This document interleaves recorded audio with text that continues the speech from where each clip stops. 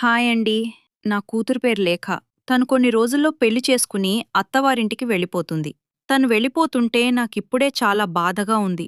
నా కూతురు గుర్తొచ్చినప్పుడల్లా చూసుకోవడానికి తన జ్ఞాపకంగా ఈ వాల్ ఆర్ట్ చేస్తున్నాను. ప్రకృతి ఇచ్చిన బీట్రూట్ రంగులతో ఈ డ్రెస్ డిజైన్ చేస్తున్నాము. తను నాతో ఉంటే చాలు, నాకు చాలా ఆనందంగా ఉంటుంది.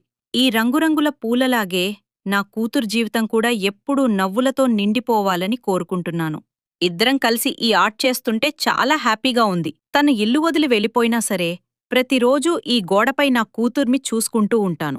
కూతురు దూరమైపోతుంటే ఏ తల్లికైనా గుండె బరువెక్కుతుంది.